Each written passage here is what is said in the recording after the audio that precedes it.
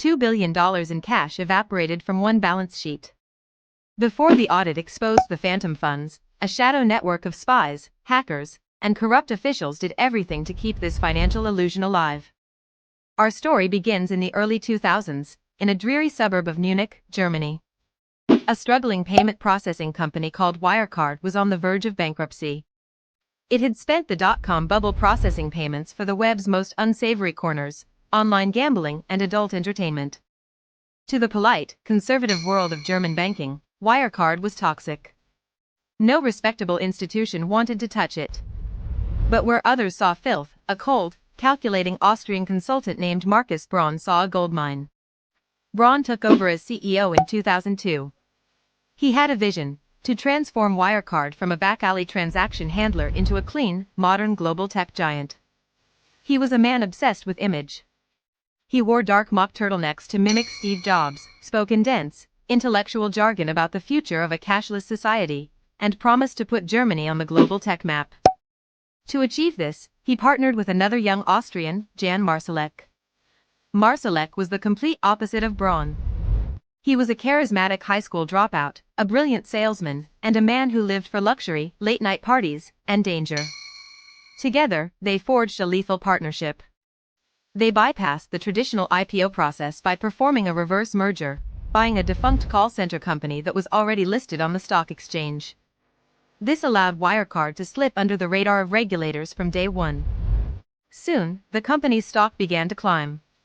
They claimed to be processing billions of transactions across Asia, the Middle East, and Europe. They were growing at a rate that defied economic gravity. But behind the sleek corporate presentations lay a dark secret. The core business of payment processing is notoriously low margin. To convince the world they were a highly profitable tech giant, Braun and Marsalek needed a magic trick. They created a network of phantom third-party acquirers. If Wirecard didn't have a license to process payments in a country like Singapore or Dubai, they claimed they used local partners to do it for them, taking a massive cut of the fee. In reality, these partner companies were little more than empty offices with fake addresses, run by cooperative shell operators. The transactions they were reporting simply did not exist.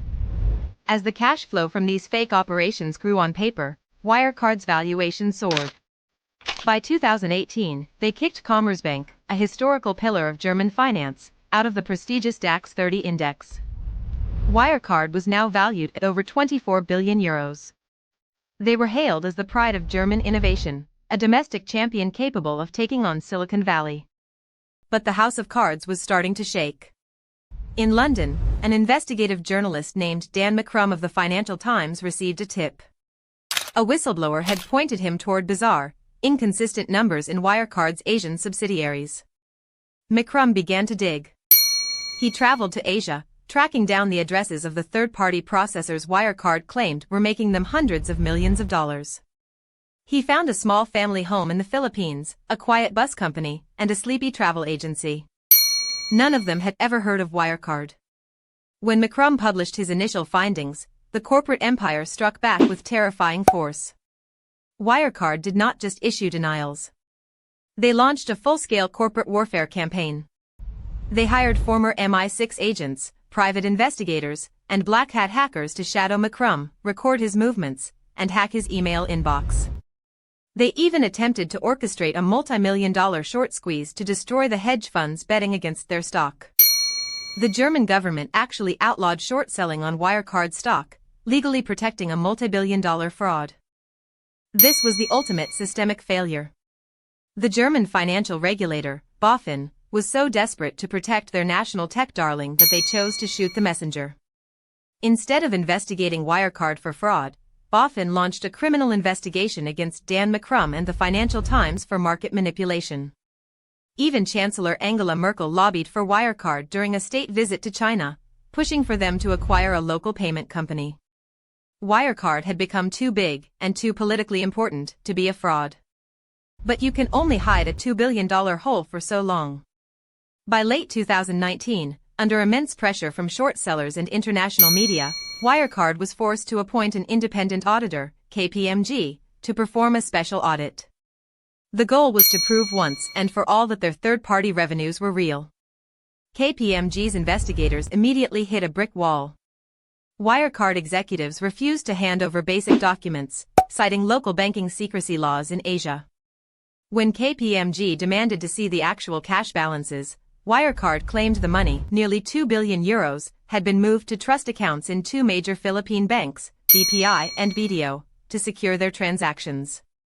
The tension reached a boiling point in June 2020. Wirecard's regular auditors, Ernst & Young, had to sign off on the annual accounts. They could no longer take Wirecard's word for it. They sent representatives to Manila to verify the existence of the €1.9 billion. The response from the Philippine banks was swift and devastating. The bank certificates Wirecard had provided were completely fake. The signatures were forged. The bank accounts did not exist. The €1.9 billion, representing all of Wirecard's accumulated profits for the last decade, was nothing but vapor. June 18, 2020. The announcement hit the market like a nuclear bomb. Wirecard admitted that the €2 billion likely never existed.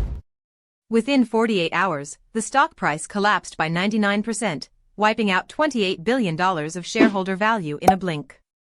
It was the largest corporate fraud in modern German history. Markus Braun, the arrogant CEO who believed he was the next Steve Jobs, resigned in disgrace. Days later, he was arrested by German police. He now sits in a prison cell, facing a mountain of criminal charges, still claiming he was the victim of a conspiracy, rather than the mastermind. But the most cinematic escape was reserved for Jan Marsalek. As the company collapsed, Marsalek realized his time was up. He met a former Austrian intelligence officer at a Munich restaurant, paid thousands of euros in cash, and boarded a private jet from a small airfield. To throw off investigators, he booked fake flight tickets to the Philippines and paid off locals to register his arrival. In reality, his private jet flew east, landing in Belarus. From there, he was smuggled into Russia under the protection of the Russian secret services. It was later revealed that Marsalek had been a double agent for years, cooperating with Russian intelligence, using Wirecard's global payment network to move covert funds for shadow military operations. Wirecard was never a tech company. It was a massive, state-protected syndicate that exploited national pride to blind the world to a blindingly obvious truth. If this absolute failure of corporate oversight shocked you, you must watch our video about how a rogue trader secretly broke the rules and destroyed Britain's oldest merchant bank overnight. Be honest in the comments, do you think the auditors were genuinely fooled, or did they deliberately look the other way for a decade?